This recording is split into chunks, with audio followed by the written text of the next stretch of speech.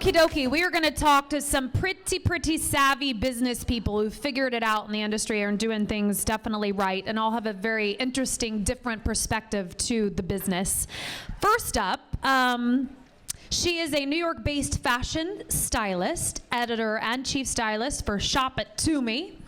Her big break was when she began assisting Joe Z, creative director at Elle Magazine. She has since styled, I'm going to name drop, Julia Roberts, Becky Newton, Gwyneth, Brooklyn Decker, and more. Please welcome Annie Ladino to the stage. Come on up. You want to sit next to me, Annie?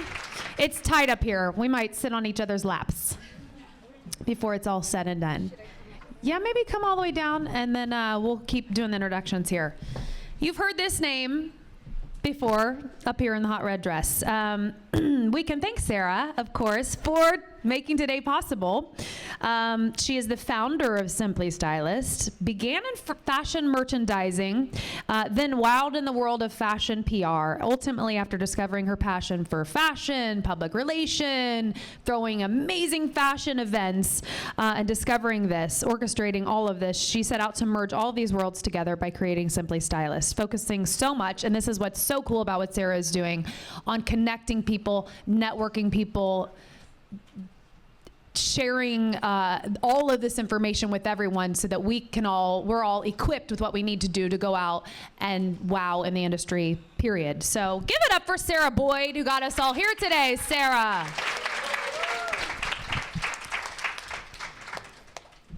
This next introduction, it's pretty amazing. But there she is, Allison. I'm going to go down the list here. She is the co-founder and CEO of StyleSane.com, making waves in fashion and the tech worlds. We can thank her for helping us find access to, oh, this is so awesome, these high fashion, couture-like pieces, all at affordable prices. How amazing is that when you're a blogger and you gotta find like 14 outfits a day, right? She is single-handedly turning the $1 trillion fashion industry on its head. She's designed a way to give style lovers, not the retailers in this instance, the ultimate hookup. She's also the VP of a business development at a Scandinavian design house. Is it Link Agency? Doing work international, Jay-Z worldwide over here. Where she launched the commerce site Papfar? Papfar.com. I'm going to let you say this so I don't have to. Come on up, Allison Beal. Yay. Hi, girls. Hi.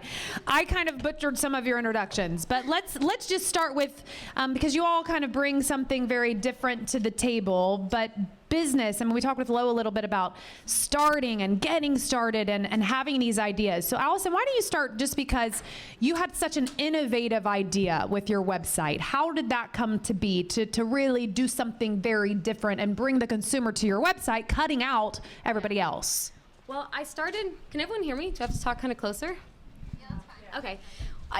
It's really interesting because I've been running fashion brands and doing design and manufacturing for about 12 years now. And I was running a few of these Swedish brands named Puffa and Chick with Guns and another really edgy streetwear line called Fucking Awesome.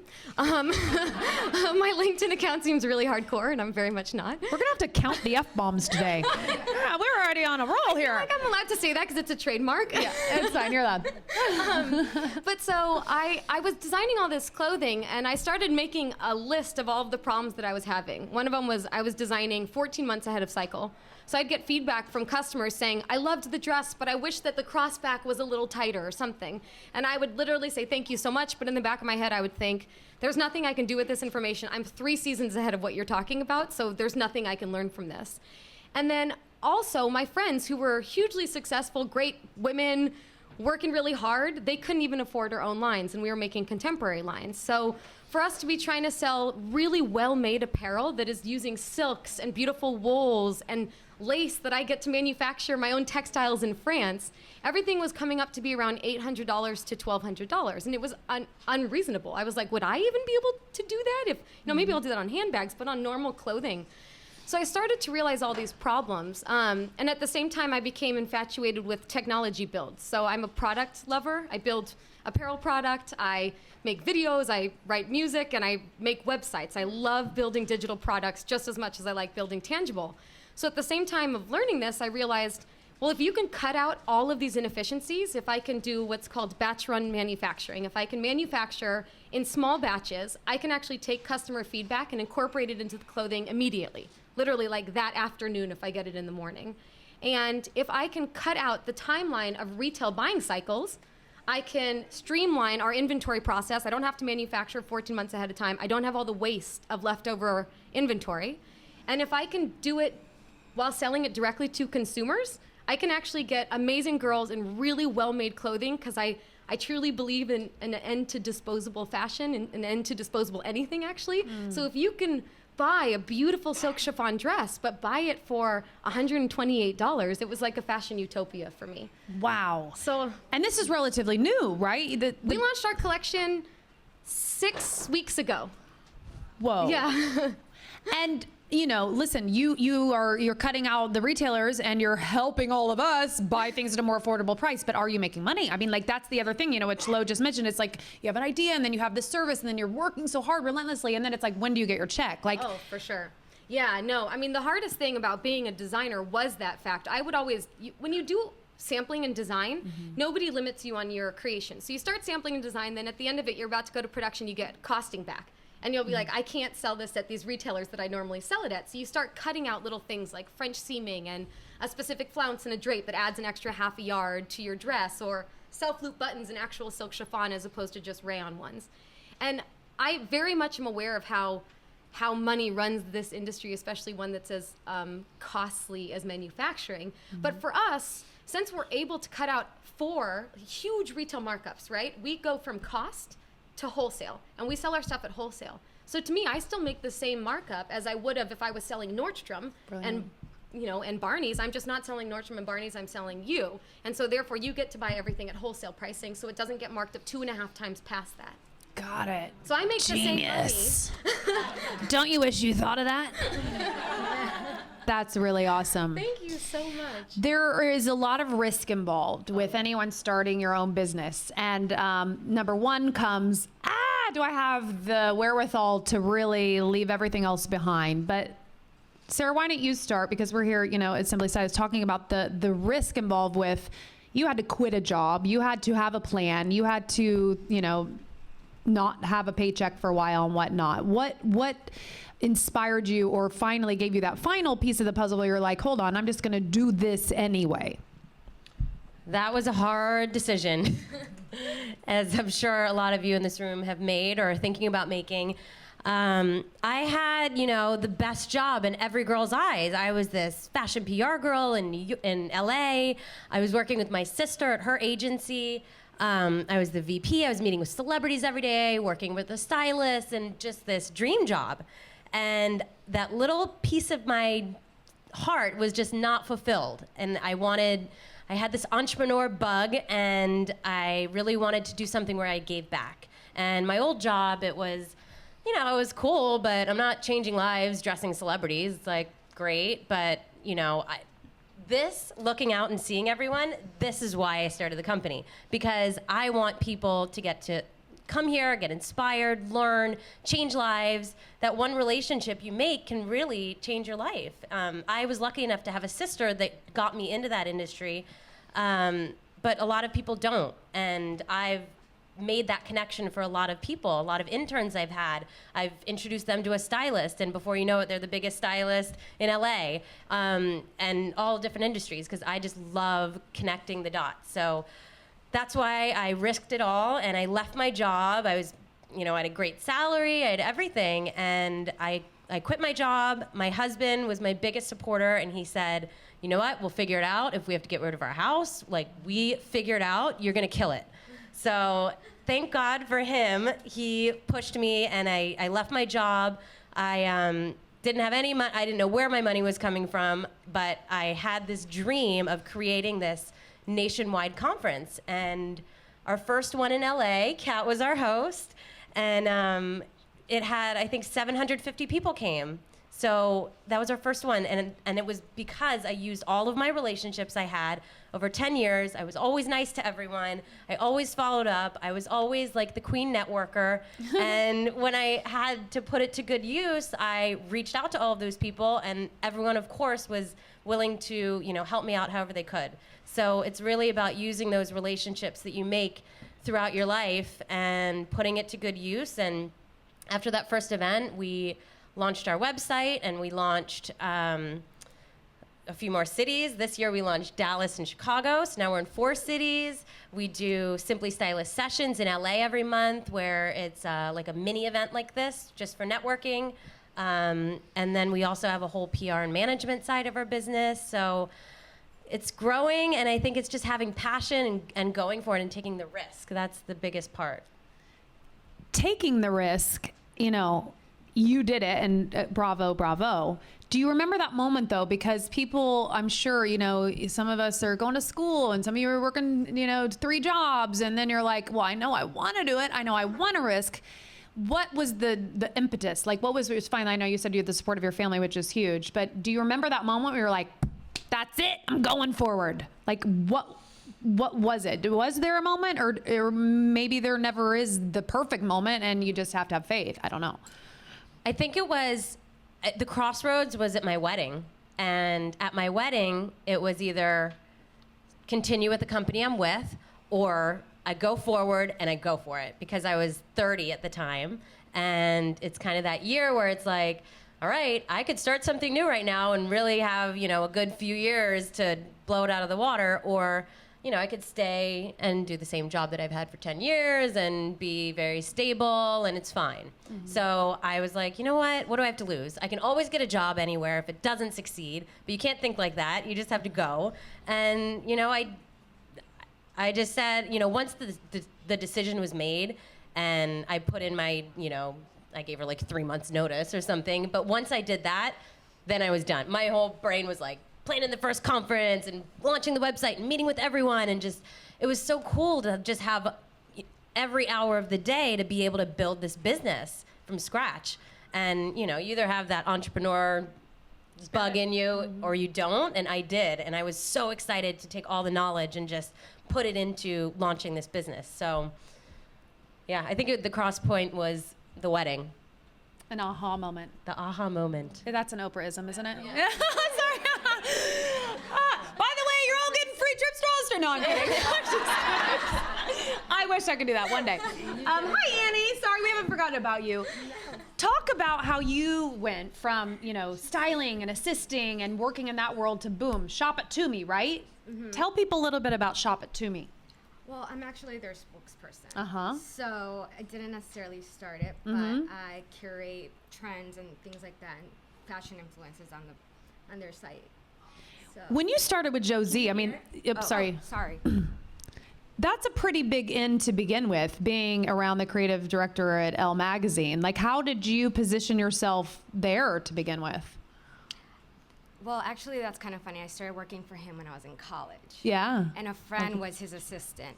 And, can you guys hear me? Sorry. Do you want to hold it? Oh, sure. Good. Can I put it? Yeah. Sorry. No, sorry. I feel too much like a cabaret singer. That's all right. I actually started working when I was in college. A friend of mine was his assistant, and they brought me on to do freelance with them. And 6 months later, Joe got a job at Elle, and I went with him. So that's kind of sort of like who you know, and networking and being at the right place at the right time. So networking relationships has had so much to do with your success. I can't stress enough how important it is. People I interned with are still my friends, and they're putting me up for jobs now.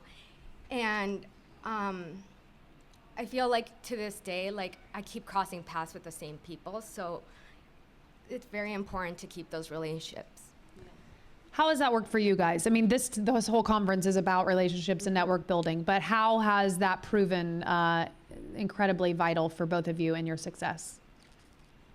I mean, my name on Twitter is like the dot connector. So that's like what I love doing most. So everything that I do is by connecting. So, getting all of you up here, You, of course, I mean, everyone that I work with is through a connection, and I've always been that girl from, my mom's here, from when I was, 7 years old. I was always like staying in touch with this person and that person, and I'm always the connector. And I'm like, well, how can I do that and make a living doing it? So that's how I kind of created this, and it's a way to give back, and that's. What about what not to do, Allison? Because I mean, you had such an innovative idea, and you're plugged into a couple different businesses, and you are, global in what you do. So what not to do if people are getting started? I mean, if you can go back a little bit, like, the philosophy you live by in that regard.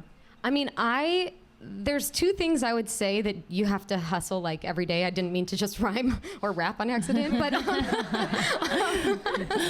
but I have done quite stupid things. Like somehow when you're a technology entrepreneur, finding engineers is a very difficult thing to do. Finding technical co-founders and lead engineers that are, finding PhDs from Stanford that want to come onto a fashion company is quite a hard task. Mm-hmm. And so I would literally reach out to people on LinkedIn and be like, hey, so good to see you run into you at Whole Foods, and your girlfriend's so cute, and blah, blah, blah, blah, blah. And they'd write back and be like, oh, I'm so sorry, I don't actually know you. And I didn't know this person, by the way. I'd be like, here's the credentials. Way. Oh, yeah. And then I'd write, oh my God, you look exactly like my friend. That's so crazy. You have the same background. It's whatever. And it started a conversation, and I recruited somebody that way. So, that's amazing. I have done anything like that. And even now, I mean, I manufacture and batch run manufacturing. So I go to, for me, it's all about mom and pop reputations, manufacturing industry. I manufacture everything locally in Los Angeles so that I can ethically vet every vendor.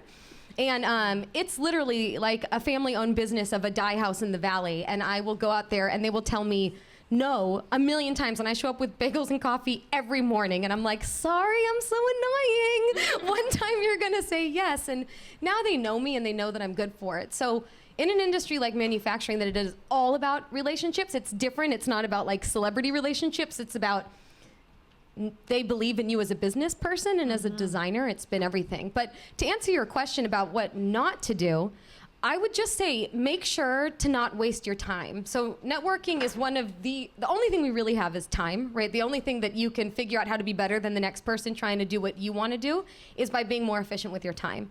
And so kind of spray and pray mentality of just emailing a bunch of people and asking for things doesn't work. People are so busy. I personally get over 650 emails a day. There's no way that people can respond to that much. So for me, try to get to know the friends of people that you want to know. And I don't even mean personal friends, an advisor on their board or people that they work with or contractors that they work with, somebody in their network, follow what they do, read the articles that were just written about them, figure out whatever's going on in their life so that you can try and add value to what they're doing and then ask for something in return to be able to establish a relationship. That's the one thing that I've really noticed. I changed my mentality about 1.5 years ago because I am unfortunately not as blessed as you guys as being the person who was born to want to network. I'm the person who can cave out in a cave and design for creepy, alienating amounts of time. And so for me, I started to really make an effort to notice that and to figure out I actually wrote data charts of what worked the best. And the main thing that worked for me was trying to add value into somebody's life, establishing a relationship by helping, and then turning around and turning that relationship into something that benefited me. That is awesome. Yeah. That is so cool. Who, I mean, when did that dawn on you, or why? Or was there a person or a mentor or someone where you thought, okay, kindness equals success? I mean. Yeah, I think that I had met with a couple of entrepreneurs and they just said, take every meeting you can. Everything's about knowing people. And I started to take every meeting I can. I listened to that and I took every meeting I can. Anyone that wanted anything, I started taking those meetings. And then I didn't have time to do my job. So I'm like, very quickly, if I take every meeting I can, I'm not doing anything else, so nobody's gonna care to take meetings with me. I'm like a professional meeting person, nobody's gonna care. Hey, LA. Yeah, a lot of people make that their job in LA. They got the card. Hey. Exactly, what's drinks? So I started to try and counterbalance this feedback that I got of taking every meeting and how do I best use my time? And so like a total dork, I started tracking the progress of which of those relationships worked out to something and which one actually lasted me longer than a couple weeks where they became part of my life. We genuinely worked together or we're friends. There's something that we truly add add to each other's life, either professionally, personally, in whatever way we possibly can. And it was only when I could actually provide some sort of value to them that I started to realize, and it doesn't have to be like you're giving them something, just authentic value. Hey, I saw this article. I thought it was fantastic. I like the way that you said this. It made me think about this. Here's what I'm trying to do. It's that two-way appreciation and two-way communication is when I started to establish real relationships. And one real relationship is way better than 20 faux little coffee meetings or something. So true. What you're telling me is you have figured out the science of the fashion industry. Charts? I know. Formulas? Oh, yeah. I have like dorkiness. That's your book. That's your book. Run with it. That's really good. I'm That's like really a amazing. super secret technology dork. That's amazing. Underneath silk chiffon. You mentioned your desire to find ethical manufacturers and the ethical part of this industry. And I know one of the reasons Sarah started Simply Stylist because there is a little bit of a cloud that can swarm over this particular industry with the whole Mean Girls bit. And, it can be difficult. If anybody's been to any fashion week, it's incredibly glamorous, but it can also be very cutthroat and everybody out for themselves and whatnot. How have you guys, do you have any stories you could share about, the hard knock moments where, people have been bullies or been mean or like stood in your way and you've had to overcome and go, okay, I got this anyway. Any experiences like that you've had to deal with? Or Sarah's like, where do I begin? When you're in fashion and you're dealing with agents, publicists, entertainment publicists to be exact, sometimes. It's the people that are surrounding the celebrities. It's why they hire them. I get it, but it is cutthroat, and they are. You really have to just stand up. And if you're not a strong personality, and if you can't fight back, or I guess it's kind of like bullying, but as an adult. And I've come across it so many times, whether it's on a red carpet or whether it's them trying to, any situation pretty much in LA, we've dealt with it. And you just have to be confident and speak your mind and tell them exactly who it is, who you are, and say why I deserve to be where I am or why I deserve to be in this position. And usually they back down. It's kind of like a bully. As soon as you say, all right, let's go fight, they back off. So there's a lot of powerful positions, but sometimes they're all talk. Or it's like we said at brunch, finding, or like Lo said, finding their little sweet spot and, becoming their friend. And once you're their friend, you're in. You're good. They've got this really tough exterior until you're their bud and you're Instagram buddies and you're texting. And I think it's just getting in with them and just being very friendly and having that just warm personality. That's what I've done my whole career, is just be nice to everyone. I know it sounds so simple, but just be a good person and it will come back around. Maybe slower than being the raging bitch, but I'll take the long route. Yeah, sustainability, niceness, sustains people. I mean, it may be a longer route, but it pays off in the end. Yeah. With Shop It To Me, I mean, have you found that to be true as well? As far as just kindness and how it works into what you do every day. Does it pay? Yeah, of course. So Yeah. Back to, I was sort of, I was an editor before, so then I'm on a different side this time. So I have to go pull from all like my relationships and everything to go promote Shop It To Me. So it was about being nice to people all along, and then now when I have to show them this product, they're there. Who was it? There was a quote that was like, it's nice to be important, but it's more important to be nice. Oh, put that on Twitter. That was my Catt formation a couple weeks ago. Actually, I really like that. I feel like we should open it up to some questions. You guys have questions? Are we tweeting them in, or are we raising hands? We're going old school. Okay, start us off. Hi, my name is Sherry. I actually wrote down my question. So I know first impressions are everything. So how do you look the part while you have no money? Stylist? Shop It To Me. I think you could be really clever with what you have. When I was in college, I actually made my clothes.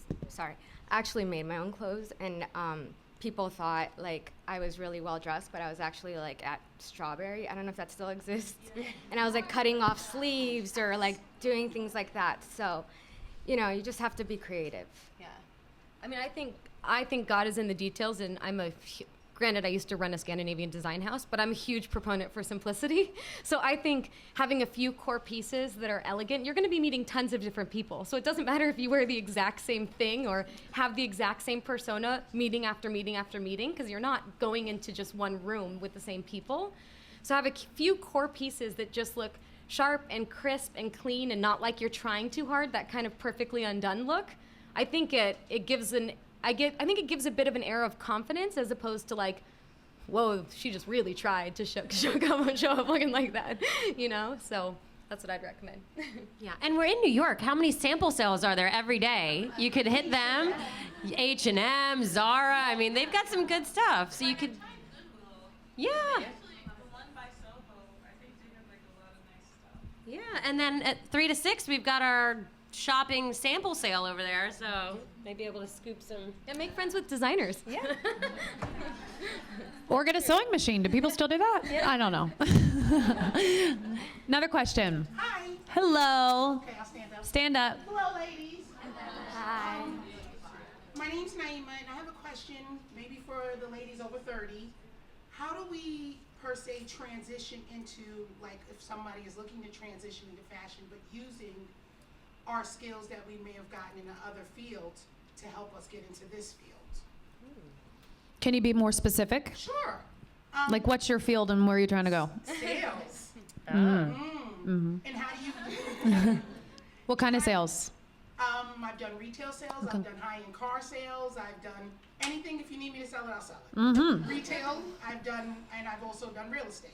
Mm-hmm. But more into higher-end fashion, and maybe like slightly more creative. I like to be a little more creative, but I know I'm really good at a sales and marketing aspect. That's what my degree is, and that's what I'm good at.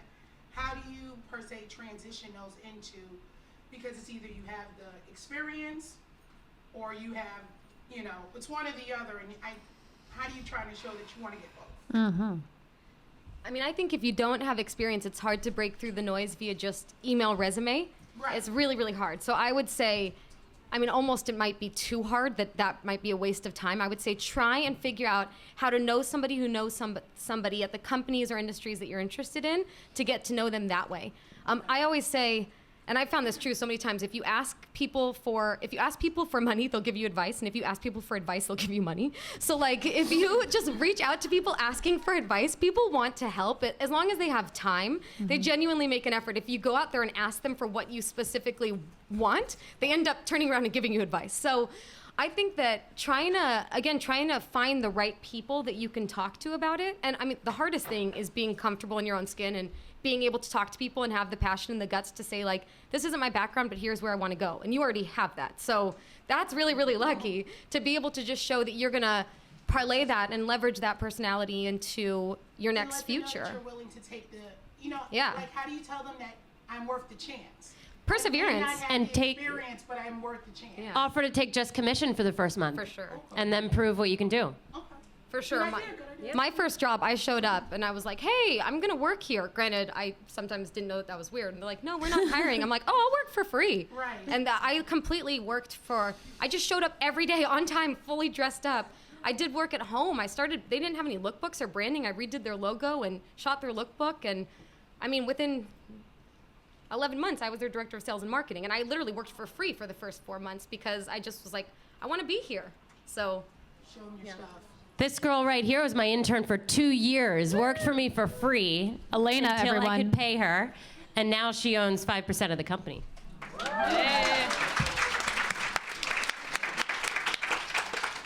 It's back to what you said. It's you can claim it verbally and say you want something, but it's the action. And so if you have to go and do it for free, if you have to show up dressed ready to go, awesome.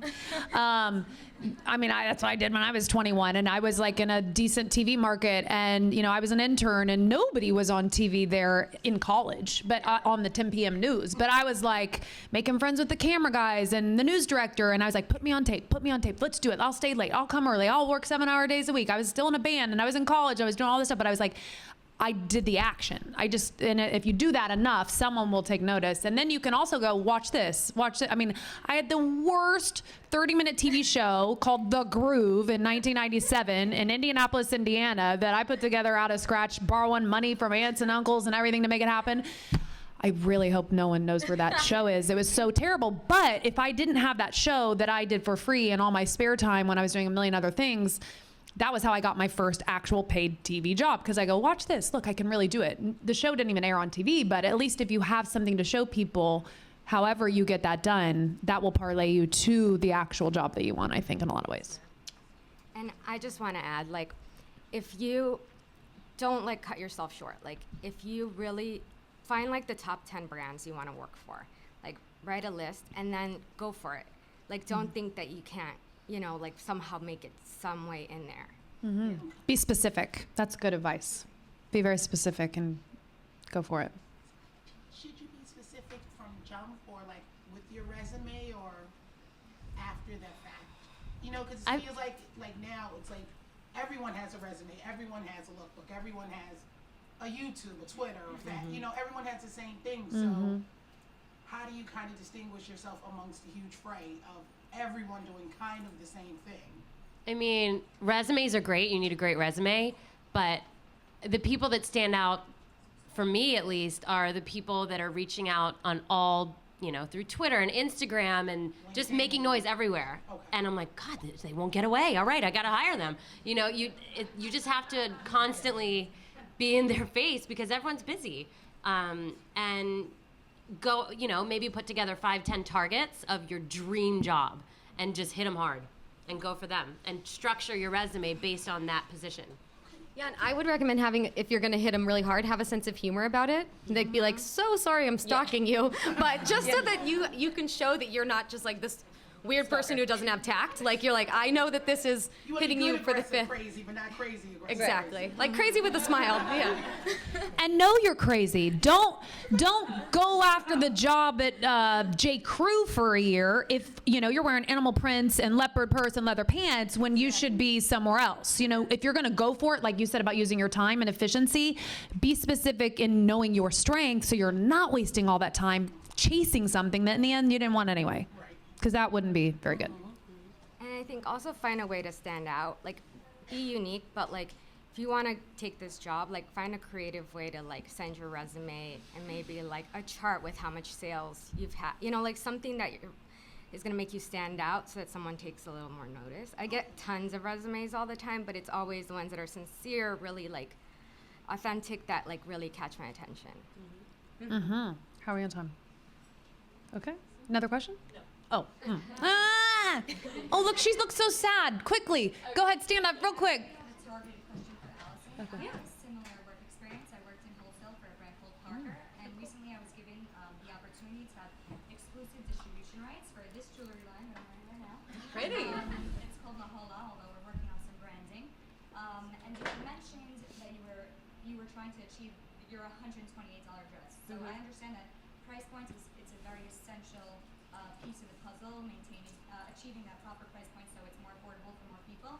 But you had said that you forego the wholesale retail markup. You're just having one markup, which leads me to believe that you're only selling e-commerce. Is that not? Oh yeah, we're definitely. I have brands call me every day and we're like, we don't have the margin to sell to you. So. I have a lot of brick and mortar accounts that I was going to contact just because that was my sales strategy along with e-commerce, because there's twice the markup. How do you drive sales and build your brand as much if you don't have the brick and mortar presence? I mean, that's the hardest thing. That's the secret equation, right? So retail, for all the markups that it does and all the difficulty of the 5% co-op and the markdowns and the RAs at the end of the season dealing with buyers, it's a difficult game, but what it gives you is distribution and foot traffic. You don't have to have shops in every major street in every major city. So I started Style Saint about a year and 3 months ago, and I tried to figure out, I have this equation on my paper that's fashion utopia. I'm not willing to skimp on quality, and I'm not willing to skimp on fabrics because I'm a textile freak. But I'm also want to be able to provide clothing that would get me excited to buy it at a price point. This equation doesn't work out. I have to go online and online only. I can't even sell other online stores. We have people that hit me up all the time because they still demand the same markup and we only have one markup. So what I started to do was figure out how can I build a fashion business differently and better where my only gap is having distribution. So I started a social community about a year and a half ago, and it was Style Saint, and it's a global community of girls. We have a few 100,000 girls on it actively daily. They're sharing all their favorite fashion images. They're creating their own digital books. It has like 5 patents pending on it. It's a technology product. And everyone knew that this was all in the beginning steps of starting a fashion brand, and I'm building a brand differently, and you guys are our community, and you're the real Style Saints on the street. And so over the last year and a half, while I was laying the foundation for building the apparel collection, I started trying to see if I can get distribution. And to be honest, I wouldn't have started the brand. I think you can, but I wouldn't have started it without having an audience to try and sell it to, because it's really hard to just make something and hope people find out about it. And we haven't spent $1 in marketing to date. So I found a weird and totally different and totally unique, innovative way to create my own foot traffic by building a social community, by leveraging technology. So for about a year and a half of my life, I spent all my time talking about wireframing and architecture and spending every Saturday night reading Ruby on Rails and back-end Django platform development. So it's like, I just spent all that time to figure out, how do I bypass my main limitation of distribution? And I leverage technology for it. But I think there's a bunch of different things that you can leverage to get to that final destination. I think it's harder, but I think ultimately at the end of the day, they are your customers, right? So like for every one customer that you would make on your own, they're coming to you for just you. Whereas retailer, they might happen to just be like, that dress is pretty, but they don't even really notice the brand or anything like that. So. I'm going to assume that a large part of your strategy is customer service. If they're your customers, you know, they're not customers of a store, they're all your customers, you need to take the best care of them as possible. Is that a huge part of your strategy? It's a huge part, and I'm a big believer of do everything yourself when you launch and then figure out how to make it much better than what you can do, just because, like, for example, pick, pack, and ship and customer service. Most e-commerce only companies are run by technologist guys, right? So they're not really in the fashion game, but they're really great at building technical products. And they outsource things like customer service and 3PLs, pick, pack, and ship, so shipping and returning processes. For me, I met with all these huge distributors, and I was like, I have no idea how to judge which one is better than the other. So why don't we do it ourselves and maybe fail at it because we're not as experienced, but we'll be a real person who works at the company, and these girls will like it better because, hey, sorry, this is our first time. Sure, let's process this return, and what didn't work for you. And it's been really, really successful. So we just kept it really organic. I turned one of our offices into our pick, pack, and ship room. We ship everything ourselves out of our own office in Venice Beach, California. And there's a team of like 3 girls that take all the customer service calls and emails, and they know the brand better than anybody because they've been working with me for 12 months. So they take it more of a, it's really cute. Like somebody will write in and say, hey, I wanted to know about sizing, and they'll send them back all the pictures of them wearing the clothing and being like, well, here's me, my butt's like 38. What are you thinking your butt size is? So we just took it really organically, the same way that you would kind of write your friend. But that, that won't scale. So that is a specific period of time to launch it, and then I will have very serious growing pains to figure out how do I take that same strategy and apply it to a larger scale business and not lose that core DNA. But we're not there yet. Thank you. Very nice. Ladies, thank you. Awesome. Awesome information. Very, very good. Fantastic. Yay!